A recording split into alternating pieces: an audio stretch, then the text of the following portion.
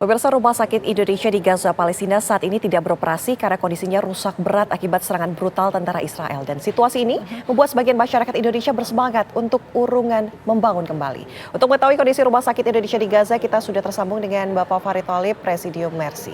Assalamualaikum, selamat siang Pak Farid. Waalaikumsalam warahmatullahi wabarakatuh. Pak Farid, mungkin langsung saja, ini Rumah Sakit Indonesia sedang diupayakan untuk dibangun kembali di Gaza, Palestina. Seperti apa Pak tahapannya? Tahapannya kita sudah membuat surat secara resmi kepada MOH, Ministry of Health ya, kayak kalau di Indonesia seperti Departemen Kesehatan. Mereka sudah merespon dan mengucapkan terima kasih. Cuman memang teknisnya kita tidak mungkin melakukan itu sebelum selesainya perang atau minimal gencatan senjata. Jadi kita lagi menunggu dengan harapan peperangan ini cepat selesai dan kita bisa recovery, menyelesaikan masalah-masalah kesehatan dan banyak sekali ya, di antaranya memperbaiki rumah sakit Indonesia yang ada di Gaza. Begitu Mbak. Oke, tapi baru bisa dilakukan setelah perang ini berakhir. Komunikasi apa yang kemudian sudah dijalin oleh Mercy Indonesia sambil menunggu adanya perang ini berakhir agar bisa sesegera mungkin untuk membangun kembali RSI? Nah, kita kan memiliki gambar dari rumah sakit tersebut secara detail ya. Kita baru bisa mendapatkan informasi karena ada salah satu relawan lokal kita yang masih ada di dekat rumah sakit, kebetulan rumahnya. Memang kita menitipkan wisma kepada beliau, namanya Abid. Dia asli warga Jabalia. Kita mencoba menghimpun, tapi informasinya masih minim ya. Karena secara operasional rumah sakit tidak bisa beroperasi, tapi masih ada beberapa pasien yang coba dirawat di dalam rumah sakit. Dan memang ini boleh dikatakan tidak operasional, karena memang kan seperti kita lihat di gambar itu sudah dibersihkan, sudah dirapikan, tapi banyak sekali bagian-bagian yang rusak dan hancur, harus kita segera renovasi dan perbaiki. Minimal yang udah pasti ini, seluruh plafon itu diganti dengan yang lebih kokoh dan lebih kuat lagi. Begitu juga kita nggak tahu equipment-nya seperti apa, barang-barang yang elektronik yang memang itu mahal-mahal sekali ya, kita nggak tahu dirusak atau tidak. Kita sedang mencoba untuk menginventarisasi itu, begitu Mbak. Oke, tapi informasi terakhir walaupun minim yang didapatkan, seberapa besar sih kerusakan yang terjadi di Rumah Sakit Indonesia di Gaza ini, Pak Farid? Kalau cerita besarannya cukup besar Mbak.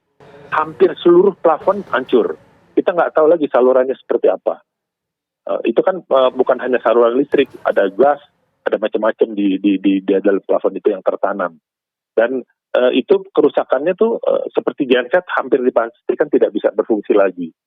Gitu. Sekarang mereka sedang mencari genset pinjaman atau apapun lah yang lebih kecil-kecil supaya memang bisa berfungsi. Nah, terus alat-alat equipment rumah sakit, bahkan lantai 4 ada beberapa bagian yang bolong.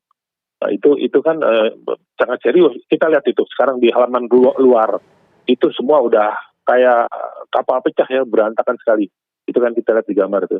Itu di depan Wisma Dr. Yose. Di bagian sisi timurnya dari rumah sakit itu sendiri gitu. Oke. Pak Farid, tentunya kita juga harus realistis ya. Ini sudah ada hitungannya kah berapa dana yang dibutuhkan untuk membangun Rumah Sakit Indonesia kembali dan berasal dari mana dana ini? Dananya pasti dari masyarakat dan alhamdulillah masyarakat sudah mempercayakan yang diamanahkan kepada Mercy. Dan ini puluhan miliar, hampir dipastikan. Oke, pengumpulan dana ini sudah mulai dibuka dari masyarakat Indonesia? Oh sudah, kita mulai bukan dari mulai tanggal 7 Mbak, 7 Oktober sampai sekarang. Bahkan sebenarnya, kalaupun tidak ada masalah ini, tidak ada masalah tanggal 7 Oktober, kita sedang prepare untuk maintenance perawatan rumah sakit ini dan perluasan ruangan, sekaligus kita akan membangun lagi poliklinik ya. Itu puluhan miliar juga dan di gambarnya sedang menuju finally gitu. Nah, ini jelas ini dulu sekarang skala prioritasnya sebelum kita bangun yang baru itu. Okay. Dan secara finansial kita insya Allah nggak ada masalah.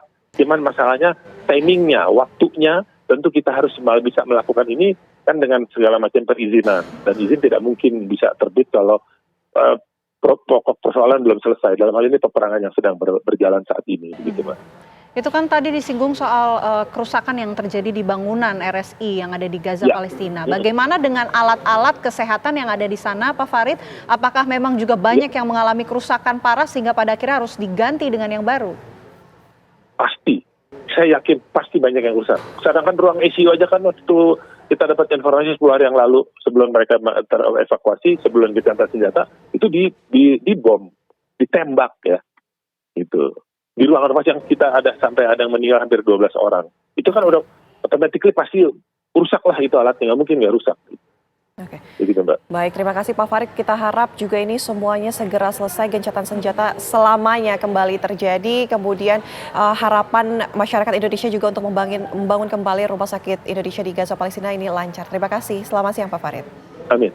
Selamat siang, Mbak.